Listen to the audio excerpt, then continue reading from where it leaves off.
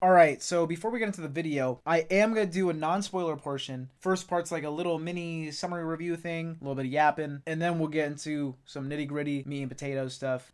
Let's get it. The year is 2025. We've had endless amounts of Spider-Man adaptations up to this point. Some good, some great, some peak. And now adding to the list is Spider-Man freshman year. Friendly Neighborhood Spider-Man. Or is it the Friendly Neighborhood Spider-Man? I don't remember. A show that originally was supposed to be an origin cartoon for Tom Holland's Spider-Man in MCU canon, but it was quickly changed to not be that. Thank God, to be honest. However, it would have been pretty funny, because at first they were like, oh yeah, Tom doesn't need an origin story. We'll just introduce him in Civil War and then go right into the Spider-Man business in Homecoming. We know his origin. We've seen it so many times already. Then after No Way Home, they're like, these 3 movies were his origin. Now he's Spider-Man. And then they were like, wait a minute, just kidding. This cartoon is his origin. Come on, bro. Even though it's not in the MCU anymore, I still do like that it's MCU adjacent because it's fun to have an animated Spider-Man project with these other heroes with a history similar to the MCU, but also getting to have classic Spider-Man villains that we haven't gotten to see in Tom's movies outside of alternate versions, like Tobey and Andrews, Norman, Harry, Doc Ock, Dr. Connors, and maybe some wasted potential villains from the MCU Spider-Man like Scorpion and Chameleon. Who knows? Obviously, there's also random feeling characters here like Nico, and we'll talk about Pearl later. But I think Nico's a pretty great friend to Peter's character since she bounces off of him pretty well. And she's funny. And even then, it's not much of a change. Ned was just a Genki clone anyways. And we actually get Harry in this, so that's pretty cool. But also, in general, I'm not the biggest nitpicker for things being different from the comics. Because I treat adaptations like alternate comic verses in the first place, as they kind of literally are just alternate verses, just in a different medium. Like when I read the first issue of Ultimate Spider-Man 2024, I didn't get pissed off because Uncle Ben was alive and Spider-Man's origin was different. I wasn't like, how fucking could they? This isn't like 616. No, I enjoyed it because I liked how they did the story, even if shit was different. Same way as here. Sure, he might have Nico as his homie here and Dr. Connors as a woman, for example, but this isn't 616 and I don't expect it to be, nor do I want it to be. If every adaptation made all these characters the exact same as the mainline comics, I feel like it gets stale very quickly. As long as the story's good, bro, I don't really care what they change as long as the heart of the character is still there. This is probably gonna get the most nonsensible explaining I get here, but when you watch it and you just go, that feels like Spider-Man. And I feel like I really haven't watched many adaptations yet where it doesn't, because MCU is a great example. While Tom's Spider-Man is a lot different than Andrew's or Tobey's, when you watch any of those, you still at the end of the day watch it, sit back and go, Spider-Man, you know, because it's the heart. It's the heart. The art style is a nice homage to the 60s comic style, and while the animation and execution is kind of weird at times, not really ever, but there are a few moments where I find myself like, oh shit, yeah, moved a little weird there. For the most part, I found myself loving it. It felt endearing even when there was the couple janky moments I mentioned. I still liked it. It feels right. And when there is action, they go all out on the quality anyways, so they go off when it matters. I can totally understand why people wouldn't like the style though. It does take a minute to get used to, I feel, because it's so different. I haven't been the biggest fan of Marvel Studios animation CG style thingy that they did in like What If, for example, but I think it's pretty good here. And I do think it works for their shows overall. I just wish they would experiment with more 2D styles and maybe just a bunch of different styles in general, to be honest. They have all of the talent in the world to make some bunch of different shit, but that's why I think this is a step in the right direction, because they're like, okay, let's do a comic art style here instead of the style we did in this.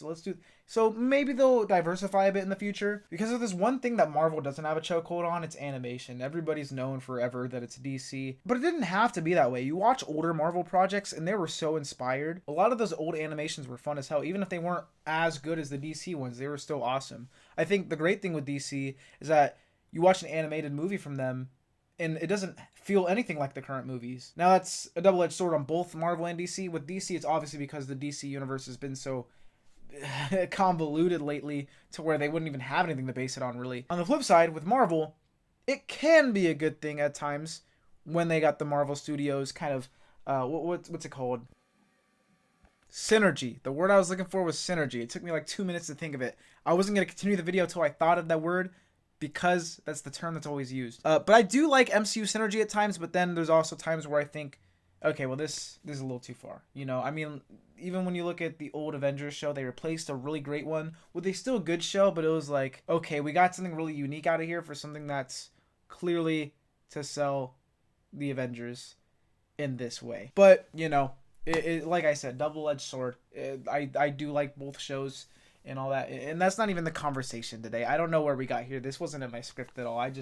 I never fully followed the script, guys. Come on now. Moving on, the music is freaking awesome, bro. Even though it's a show, Disney does make this feel closer to a cinematic event than their past Spider-Man shows. Maybe I'm just thinking that way because it feels MCU-ish, but I do think the music plays a huge role in this. With all the commercial songs they use throughout the series, it elevates it in a way. I don't want to say that in a way that tears down other television music or non-commercial music, like more instrumental stuff, because that's not what I'm trying to do. It's just that most of the times I feel like in shows you don't get these songs that you might have heard on the radio in the last 10 years or something. Normally that just doesn't happen because of the money involved. So maybe it's that correlation. Like I hear a song that I know was probably a lot of budget. I'm just gonna assume movie. Like, I don't know, bro. I don't know, man. I don't even know what I'm talking about. The episodes are like 30 minutes as well, so they're not even like super long. Like Daredevil, I've been putting my brother onto that lately, and those are like 50 minutes, all the Netflix shows.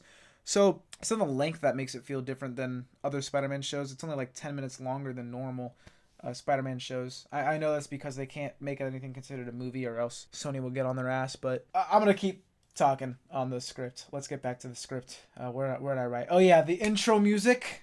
Mwah. Mwah. Mwah. So good. I like the hip hop kind of blend with the classic Spider-Man theme. So good. But let's get into the story. I think it's an engaging plot. Definitely has some fun-ass school characters for Pete. And I'm interested to see this world expand as we're just getting to see inklings of the world building for Peter. Not just, ooh, look, we have other superheroes, but in Peter's own personal bubble. Also, Venom exists. Not elaborating, because I don't even know what to elaborate on here. It took me forever to watch this show. I finally saw the first 2 episodes on Wednesday, and then I was like, oh, I gotta wait a week for more. I misread the thing. And then I woke up the next day, Thursday, which actually happens to be the day that I'm recording this on Friday. It's 1:15 in the morning. So yesterday, technically, I woke up, and I was so blessed. 3 more episodes had dropped. I like these mini batches. It's a lot better to me than dropping the whole season at once. Well, it was fun when I was a kid and like The Punisher season 2 dropped and I had nothing to do in life, so I just binge watched it all. As an adult, I like, okay, 2 episodes here, 3 episodes here. Not only for myself, but for mainstream shit like this or Arcane and other examples I can't really think of right now, where it makes it easier for more people to talk about it at the same time. If you drop a whole last season, well, not everyone, is going to have seen it. I mean, JoJo's wasn't even like that, but that still had it weird with part 6. They dropped like 8 episodes at a time or something like that. I don't remember. It was a lot. So it kind of made it weird because not everyone was there, and then there was long waits between it. So I think maybe it's less the amount of episodes and more the amount of time in between them. Because like with this, it's 2 or 3. It's only a week in between, rather than a long ass time. I don't know, man, but I do think this is a good system, a great way to do it. But yeah, I definitely recommend it. If you like Spider-Man, I don't see why you wouldn't like this unless you're like the biggest purist of all time. But then I don't see why you would like anything outside of 616, because everything's different. But if you just genuinely don't like it for the story, then I understand it. That's your opinion. But at least give it a chance, Even if you just like heroes in general and not Spider-Man, I think this does still do a great job at portraying the struggle to keep your hero life and personal life separate. Spider-Man's always been one of the best heroes for that, but it's really highlighted here. Really human characters. Once again, a normal Spider-Man thing, but just trying to highlight them for people that might not be in a Spider-Man. I think they're very relatable characters. So please, peep, thanks for coming to my TED Talk. From here on out, there will be spoilers. So if you haven't seen it, go watch the first 5 episodes and come back. The MVP of this show so far is definitely Lonnie. He's just one of those heartbreaking characters where he was kind of groomed into this villain role. He definitely didn't want it from the start, as opposed to his comic counterpart. And even though I knew it was coming off the name, when they called him Tombstone in that last episode, number 5 at the time of recording this, maybe you're in the future and episode like 8 is out. Well, obviously it's not the last episode anymore, but you get what I mean. Even though I knew who he was going to be, when I heard it, I was still like, fuck. Like, I didn't want it to happen. I really hope Spidey somehow saves him from this predicament in the end. And it's just like, oh, he was almost Tombstone, huh? But he didn't, he saved him. and he's good. But I know how this always goes. There is a reason why me and my dad, whenever something goes wrong in my life, he says, I got Spider-Man. Or like, you know, whenever some shit happens, I go, typical Peter Parker luck, or Parker luck, fucking Porker luck, whichever counterpart you want to say. Because Spider-Man always gets fucked over. So I know this is going to be real sad. But god damn it, I don't want it to. But that's the cost of good stories sometimes. I have no clue what to expect from Pearl because I haven't read much from her comics. But since it seems that this iteration of Spider-Man will have to deal with a lot of changes from those around him, which is par for the course for Spider-Man stories, but this early on with Tombstone and this early on having a crush of his potentially being a powered being, now that's a doozy. That's a lot different. But, like I said, let's try something different. Let's not copy the past. This could be fun. Two small cameos I really enjoyed was Screwball was on Spider-Man's comment, or the person's comments when Spider-Man took the phone. I thought that was cool. And then I had to double check this one because I was like, what the hell? But Luna Snow was in a picture with Harry. I knew who it was, but I was like, no way. So I had to check it. Yeah. Love the small things like that. Even if it ends up leading to nothing, it just makes the universe feel a little bit fuller, especially when you use characters like Luna Snow or Screwball who haven't been in the main MCU yet, like the movies and stuff, because like I said, MCU adjacent, they can kind of play around a bit more and fill more things in the verse. Now for bigger cameos, we got Doctor Strange, this Venom thing, Iron Man and Cap mentions. Very interesting that this Spider-Man had Civil War happen quite similarly, and they were actually mentioning it in the plot. I thought they would take all of that out from the show with it not being in the MCU anymore. I thought it would just be like, you know, Spider-Man without the other stuff, but they're here.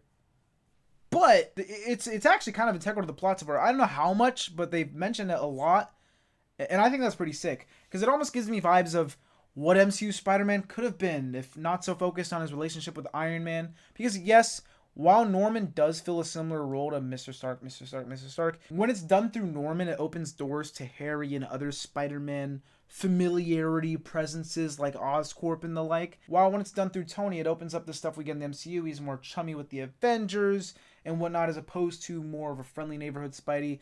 Not to say that these have to be mutually exclusive or that either way is bad. I still like how MCU Tom is done. I literally mentioned earlier that it doesn't have to be comic accurate, just pointing out the differences. Also, unlike Iron Man, this mentor will most likely eventually go bad, and it makes it all the more depressing. The suspense and all this other stuff, knowing what might happen. And even if he doesn't end up becoming bad, which I think he will be, but even if he doesn't, it's just the suspense of knowing how Norman normally is, which they could switch up on us at any time. Same with Harry. So it is fun getting to do it this way, while kind of having its roots in how MCU was done. I just really like this. It almost feels like a proper MCU What If, even though it's not. Because that was my only real problem with the What If show. It kind of lost that plot with that. It came more than it originally was, which is fine, you know. Not every show is going to be everyone's favorites, and I still liked a lot of the episodes. I just do wish we got more of those classic what if, like a what if Spider-Man was Punisher, you know, some random shit. But this is more like, what if Spider-Man, what if the butterfly effect happened and things were slightly different? It doesn't sound like a good title, but you know. But this show has really impressed me. Disney Spider-Man shows, while fun, haven't felt like they've lived up to spectacular in quite a while, or some of the other old Spidey shows that I used to like a lot. So I was scared, but I do really love this, and it's not over yet. Still has 2 more batches, so I'll probably make another video when it's over, or maybe I'll make one after the next batch, because there is going to be, I think, 3 episodes next batch, so a lot in there. And the next episode is titled Duel with the Devil, so I'm hoping that's the Charlie Cox episode or something. Maybe a short video with those 3 episodes would be good, and then another couple after the last episode. So see you after the 16th, I guess. Have a wonderful day. If you've seen the show, let me know what you think. And yeah, I am out. Goodbye.